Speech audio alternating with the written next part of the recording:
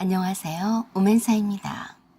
저는 30대 후반의 조그마한 사업체를 운영하는 여자입니다. 여기저기 올라있는 사연들을 듣고 있자니 제가 겪었던 일들이 자꾸 생각이 납니다. 저는 결혼을 2번을 했습니다. 첫 번째 남편은 학창시절에 만나서 오래도록 함께한 친구라서 당연히 결혼까지 생각을 했습니다.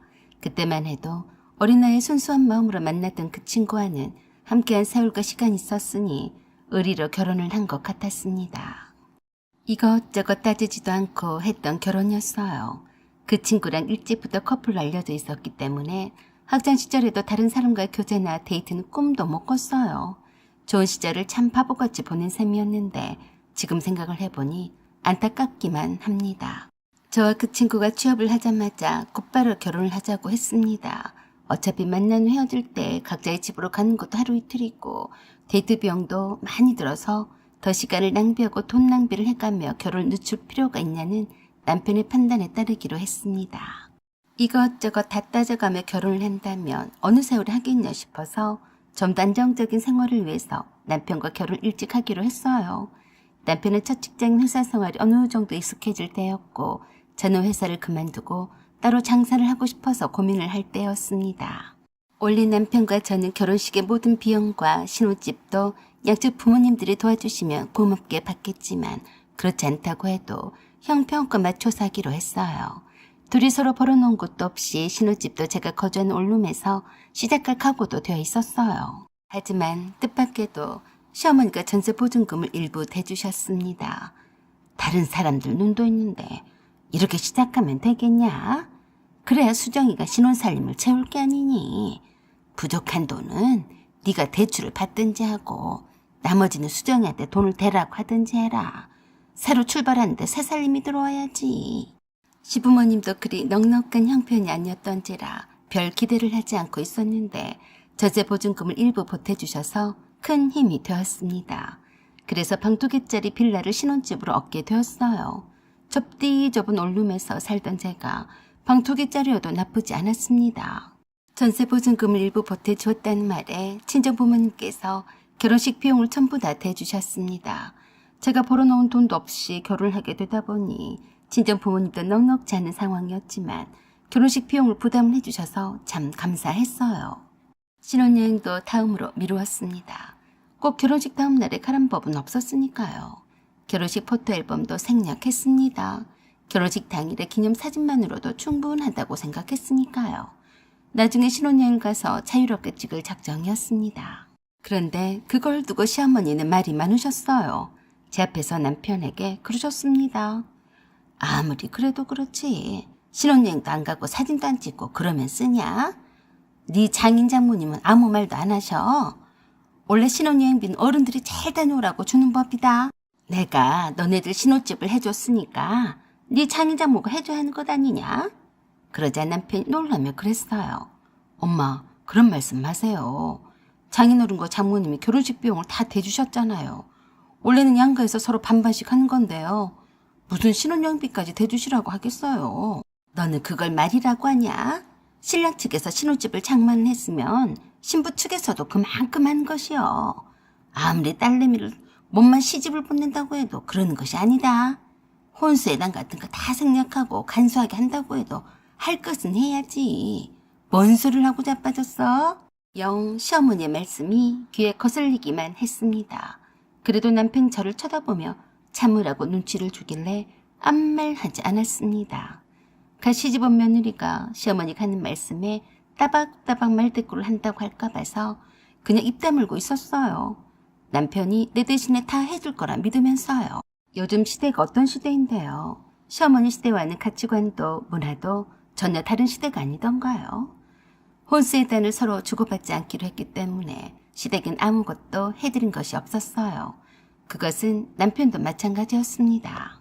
사실 저와 남편의 둘만의 결혼식이라면 결혼식 또한 생략하고 싶었습니다. 결혼식을 해서 뭐 하나요? 서로 신경을 쓸 때도 많고 돈도 많이 들고 시간도 많이 들잖아요. 우리나라 결혼식 문화를 대충 따라갈 수밖에 없어서 억지로 하는 거지만 솔직히 이런 정신없는 결혼식을 꿈꾼 것은 아니었어요. 신혼여행을 안 간 것이 안타까우면 시어머니가 다녀오라고 보태주면 되는 것을 왜 친정 부모님이 해줘야 하는 것처럼 그러는지 심히 불편하더라고요. 그 후 석 달이 지났습니다. 일하느라 정신없이 바쁜 와중에 시어머니한테서 전화가 왔습니다.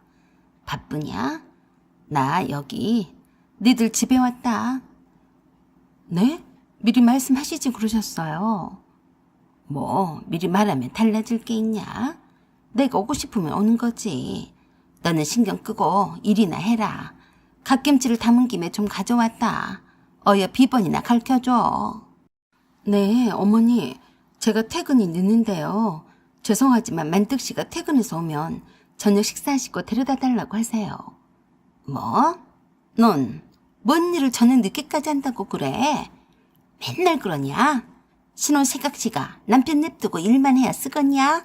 그러지 말고 남들 퇴근할 때 퇴근하고 일할 때 일해라. 알았냐? 어머니, 모처럼 오셨는데 죄송해요. 제 일이 원래 그래요. 알았다. 남이 들으면 시어머니 꼴배기 싫어서 일부러 늦게 오는 줄 알겠다. 아무리 바빠도 그렇지. 시어머니가 집에 왔는데 말이라도 일찍 간다고 하면 어디가 덧나냐? 하여간 요새 것들은 예의라고는 찾아볼 수가 없다니까. 그래서 제가 그랬어요. 어머니, 이해해 주세요. 어머니가 직장생활을 안 해보셔서 그렇지. 말처럼 그렇게 쉬운 게 아니에요. 특히나 제가 직접 운영하는 사무실이잖아요. 직원은 퇴근을 시켜도 할 일을 남아있는 채로 집에는 못 가요. 그 말에 시어머니께서 버럭 화부터 내셨어요. 네가 지금 나를 훈계하냐? 시어머니가 직장도 안 다녀봐서 무식하다 이거야? 시어머니에 대한 존경심은 요만큼도 없네. 그래, 나는 직장 생활도 한 번도 못 해본 무식한 여자라서 며느리가 아들 냅두고 늦게 귀가하는 것을 이해를 못한다. 그러니까 일찍 들어와. 무슨 말이 그렇게 많아? 라고 하며 끊었습니다. 시어머니는 정말로 적응이 안 되는 분이셨어요. 시어머니가 오시면 내일도 젖혀두고 버선발로 바로 달려와야 하나요? 그렇게 대접받고 싶으시겠지만 뜻대로 되진 않을 거라고 하면서 그저 피식 웃고 말았어요. 시어머니는 제가 알려드린 비번을 누르고 제 신혼집에 들어오셨습니다. 이것저것을 둘러보시다가 벽에 걸려진 공과금 청구서를 모아둔 포켓을 보시더니 관리비나 가스비가 얼마나 나왔나 싶어서 그 청구서들을 하나 둘씩 열어보셨다고 했습니다. 그러다가 제 신용카드 청구서도 보신 듯 했습니다. 시어머니가 이렇게 갑작스럽게 오실 줄 알았다면 그런 것들을 보이지 않는 곳에 넣어두었을 텐데 이럴 줄 알았나요? 시어머니가 곧바로 제게 전화를 거셔서 대뜸 그러셨습니다. 너 신혼 살림을 다 빚으로 해온 거야? 예상치도 못한 뜬금없는 말씀에 당황한 제가 바로 대답을 못하자 시어머니가 다그쳤습니다. 왜 대답을 못해? 어머니, 왜 갑자기 그러세요? 어메, 할부로 몇 천만 원을 하다니. 그동안 이 빚을 다 내 아들 돈으로 갚으려고 그런 거 아니냐? 세상 이런 경우가 어디 있냐? 신혼살림을 빚으로 도배를 해서 해와서 아들 돈으로 맡고 있다니. 이게 말이 되는 거야? 이건 사기 결혼이다. 어머니, 사기 결혼이라뇨. 말씀이 심하시네요. 뭐야? 네 카드 청구서가 버젓이 있는데도 모르는 일처럼 그럴 거야? 네가 아주 내 아들 등골 빼먹으려고 작정을 한 모양이구나. 이리고 뭐고 다 때려치고 빨리 와라. 오메 열불나네. 어머니, 그렇게는 못하겠어요. 왜 며느리 집에 와서 함부로 아무거나 만지고 그러세요? 그 카드 값을 보려고 이렇게 열심히 일하잖아요. 어머니나 그런 말씀을 하시려거든. 빨리 돌아가세요. 그럼 이만 끊습니다. 라고 하며 끊어버렸더니 톡으로 테러를 하는 줄 알았습니다. 야, 너 빨리 안 오면 가만 안 둘 거야. 알았어? 라고 협박까지 하셨어요. 저는 곧바로 남편에게 전화를 해서 그랬습니다. 자기야, 어머니가 집에 오셨는데 내 신용카드 청구서를 보셨나 봐.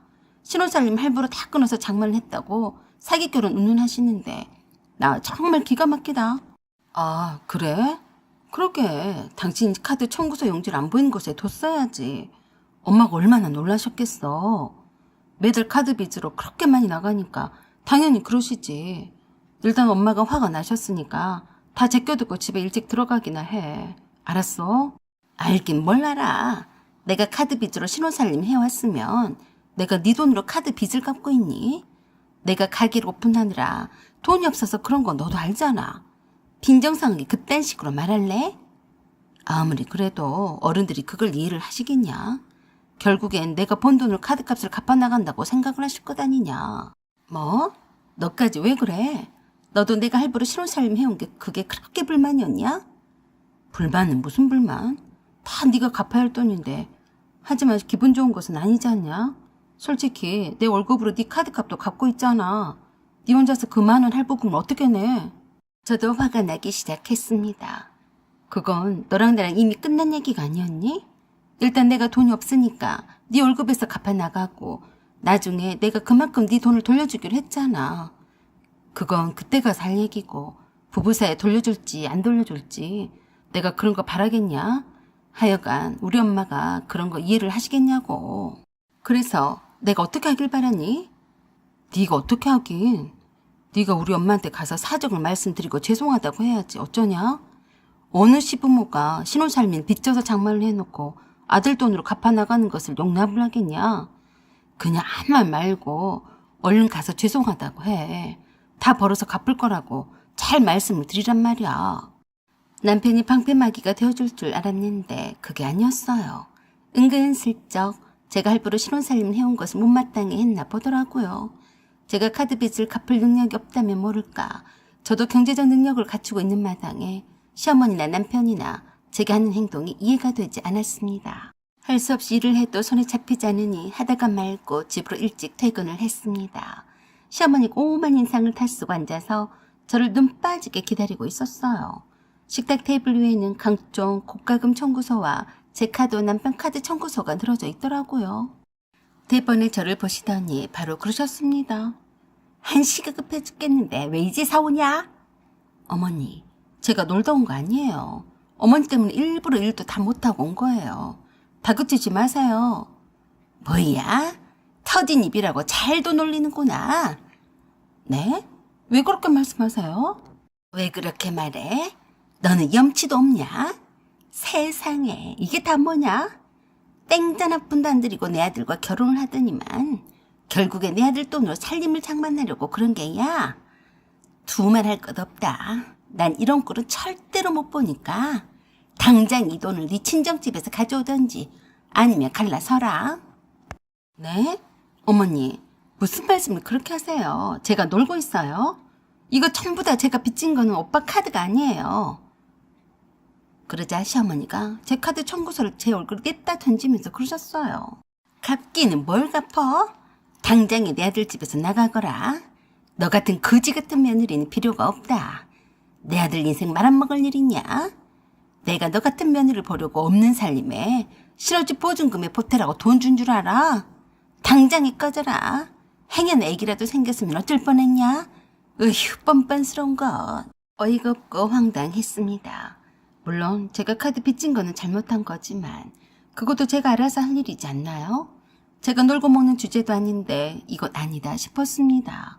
너무 자존심이 상하고 수치스러웠어요. 시어머니는 곧바로 제 안방문을 열고 장롱에서 제 옷이랑 옷들은 다 꺼내서 거실 바닥에 내팽겨 쳤습니다. 다행히도 니들 아직 혼인신고도 안 했던데 그냥 오늘부터 너는 이 집에서 나가 살아. 내가 오늘부터 여기서 죽치고 살 거니까. 내가 지키고 서 있을 테니까 내 아들 물건은 손대지도 말고 네 것만 가져가라. 진심이세요? 후회하지 않으시겠어요? 입 닥치고 가기나 해. 알았어요. 여기 있는 거 다 제가 산 물건이에요. 라고 하면서 보란듯이 이삿짐 센터를 운영을 하는 사촌오빠 친구분에게 부탁을 해서 그 시간에 짐을 옮겨달라고 했습니다. 저도 화가 머리 끝까지 나니까 오기가 하늘을 찌르더라고요. 뭐 시어머니가 나가라고 하면 못 나갈 줄 아나? 더러워서 못 해먹겠네. 그래서 시어머니 앞에서 보란듯이 제 신혼살림을 싹 다 빼버렸습니다. 다행히도 거래처 사장님이 운영하는 창고에 바로 짐을 옮길 수가 있었어요. 시어머니는 그 와중에도 끝까지 남아서 뭐 자기 아들 물건이나 가져가지 않나 하고 지켜보는 것 같더라고요. 물건이 있어야 말이지. 다 내가 내 카드 빚으로 산 살림살이인데 추잡스러웠어요. 그 뒤로 저는 집을 구할 때까지는 사무실에서 먹고 자고 했습니다. 제게는 그 무엇보다도 일이 우선이라서 남편과 헤어지는 것으로 인해서 일에 피해를 주고 싶은 마음은 털끝만큼도 없었어요. 남편이 찾아와서 제게 그러더라고요. 너도 참 그렇다. 어른들이 다 그렇지. 그렇다고 진짜로 짐을 빼고 나오면 어떡해? 엄마는 내가 알아듣게 말씀을 드렸으니까 집에 다시 들어가자. 아니, 그럴 생각은 없어. 난 어머니도 이해가 안 가고 자기도 이해가 안 가. 내 성격 알지? 한번 돌아서면 끝이라는 거. 너는 너대로 잘 살아. 우린 이제 남이야. 그렇게 해서 남편과는 헤어졌습니다. 결혼 생활이 하도 짧아서 결혼을 했었나 싶더라고요. 기억도 가물가물하니까요. 제가 제 일이 없었으면 참 힘들었을 텐데 그때는 남편과 헤어진 일로 인해서 전혀 힘들지 않았습니다. 그리고 그 후로 8년이라는 세월이 흘렀어요. 짧으면 짧은 시간이었고 길면 긴 시간이었지만 제게는 많은 일들이 있었어요. 두 번째 결혼식을 올리게 되었습니다. 저의 재혼남은 주거릇지 사장님이었어요. 제가 힘들 때마다 곁에서 힘이 되어주고 진심으로 도움을 주었던 사람이었어요. 결혼식은 격식에 맞게 호텔에서 성대하게 올리게 되었습니다.